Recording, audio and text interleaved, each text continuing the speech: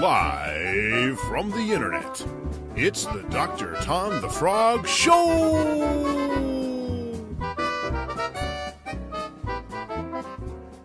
Hi-ho! This is Dr. Tom the Frog here with the Dr. Tom the Frog Show, where we talk about RPGs!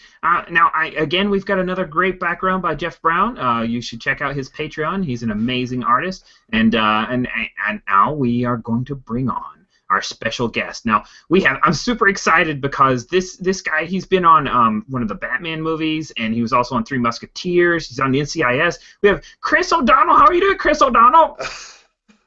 If only. I can only dream of living up to such a name. Chris McDowall, I'm afraid. Just me. Oh, well, the chiseled good looks threw me off. I'm sorry about that. Yeah, that's it. It happens all the time, don't worry. No, understood. Okay, well, now I understand you've got a game about the adventures and trials of moving into a nursing home, right? It's called Into the Old? Yes, that's right, Into the Old. It's the lesser-known sequel to Into the Odd, which is probably the more well-known game that I've done. But yeah, we're doing all sorts of spin-offs. So Into the Old is the current one. Oh, really? Now, I've heard that you've got in development one about rotting food called Into the Mold. Into the Mold, yeah. Into the Plod is going to be based around sort of being a London policeman. I am stealing these from various people who've come to me with these names already. I can't take any credit. Oh, well, what can you take credit for? Into the Odd? What's the deal? Into the Odd I can take credit for. That was me. Into the Odd is a adventure game designed to be very, very rules light and to bring more of a focus back onto exploration, problem solving, and investigation.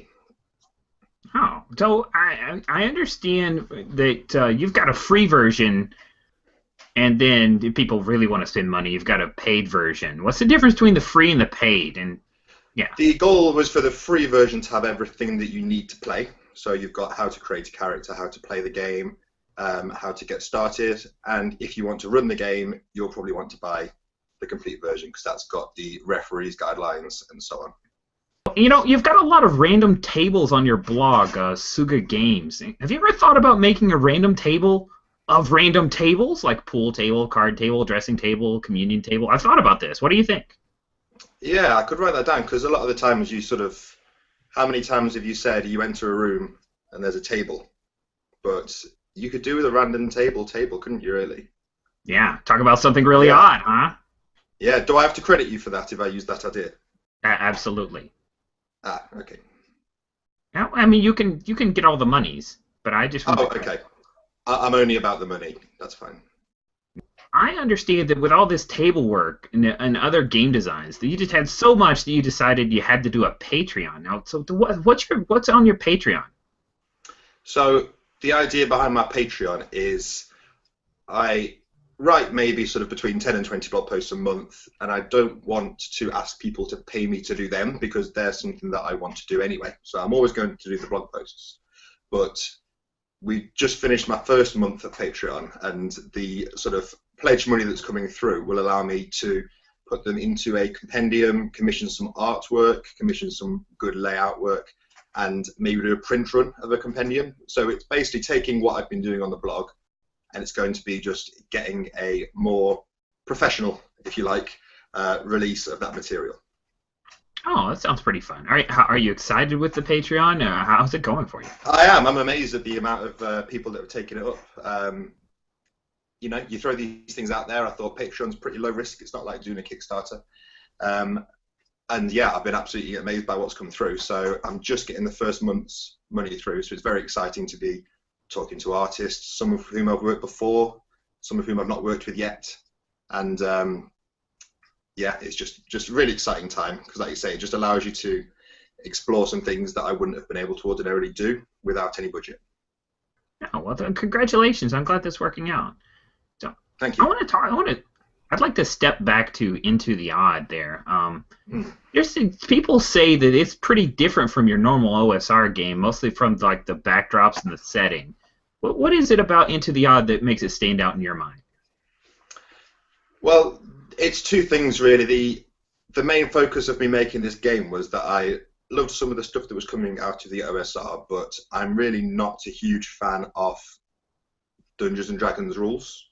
I find, for my taste, they're just that little bit too crunchy. Even the old basic versions, which are, compared to sort of newer editions, are very basic. I still found there were a few little rules in there that I just felt I didn't necessarily need. And it all came from one time I played a game called Searches of the Unknown, which is a one-page Dungeons and Dragons with very minimal rules. And I found myself having almost as good a time as I would playing a more complex system. And I wanted to make something very, very simple that had those really streamlined rules of something like Searches of the Unknown, but also the sort of richness of a full game, if you like Dungeons and Dragons. And the way I've tried to do that is by including all of the setting material within the game rules itself. So I don't really have pages and pages of background about the world and its history. I've tried to just sort of get that character and flavour across through things like random tables and things like the starting equipment list. And I've heard someone describe it as sort of baked in to the actual product, which I quite like as a description. Yeah, I like that too. And you get guns, which is awesome! Yeah, and the other thing was moving to sort of an industrial setting. So obviously moving away from the traditional sort of medieval fantasy. There's no orcs, there's no wizards as such. It's an industrial setting, perhaps more akin to the 19th century. So yeah, you get guns, which is good. And with it having more of a horror focus, I think guns have a nice way of giving people a sense of when a gun doesn't work against a monster, you know that it's seriously time to start thinking about what you're doing. Which would probably be running, right? Yeah, that's it. And I mean, out of there's only a few sample monsters in the book, but a lot of them aren't the type of things you want to be firing guns at. Now, you can pretty much just use any, like, you don't have to do any conversion. If, say, you had a Monsters Compendium of an old game, you could just use that into the odd, right?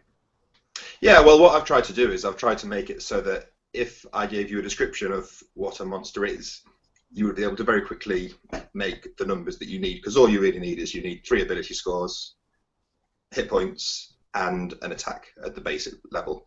And there's some guidance for how to do that very quickly. So if you tell me that you want to have give me a D&D monster. Oh, I don't want to be brought down by copyright, so I'll go Otyugh. Otyugh. If you gave me an Otyugh, I wouldn't necessarily want to go and dig out an old monster manual and convert the numbers of an Otyugh. I would instead look at the Otyugh and think, right, where would this fall on this scale and this scale and this scale, and just be able to make it up very quickly. Which isn't something that sounds particularly easy to start with, but I've tried to make it as easy as possible in this system. Oh, cool. Okay, I kind of like taking the spirit of a monster and then just reincorporating it, as long as it's quick and easy. That sounds fun. That's it. There's a lot of people that get sort of bogged down in, a troll has to have 6 hit dice plus 6 for it to be a troll, which, that's not what people think of when you remember a game with a troll in. You remember it regenerating from having its arm cut off, and you remember it acting a certain way. And that's what I think is more important about a monster. Yeah, plus it's really long nose. That's what I always remember about trolls. Yeah, rubbery nose is obviously the key. Yep, that's my touchstone, really. Nose size is my touchstone for monster creation. Yeah, that should be just right there, top of the entry. Enough about tables. Enough about all this crazy game monster making. I've got a serious question for you, Chris. I've got a serious question. Are you ready? Okay. Are you ready for a serious question? I'm ready for a serious question. All right. Would Monty Python still be funny if they had American accents? That is a good question. I'm not traditionally a Monty Python fan, but I did see their revival thing they did recently, and I think the fact that Mike Myers was involved sort of drew me out of it, and I wonder, is Mike Myers Canadian? Am I just about to offend hundreds of people? Millions of people? You're about to offend a dozen Canadians. Oh, right, well, I think his mere presence dragged it down slightly, and it must have been some of the American radiation coming from him, having spent so much time adjacent to America. So, no, I don't think it would be as funny if they were American. All right. So, Canada being the hat of North America was infected by the radiation of America and then brought down Monty Python. That's an excellent premise. That's your quote, not mine. It is. It is technically my quote. Yeah, that's true. All right. Well, what Young Ones? Are you a Young Ones fan? I am a huge Young Ones fan. Yeah, I love All right. Ada Mixer. Serious question: would Young Ones still be funny if they had American accents? No. All right. There you have it. Are we going to keep going until we find someone who would still be funny if they had I American don't think accents? we can. I think No. that yeah. You're picking very British things there, so.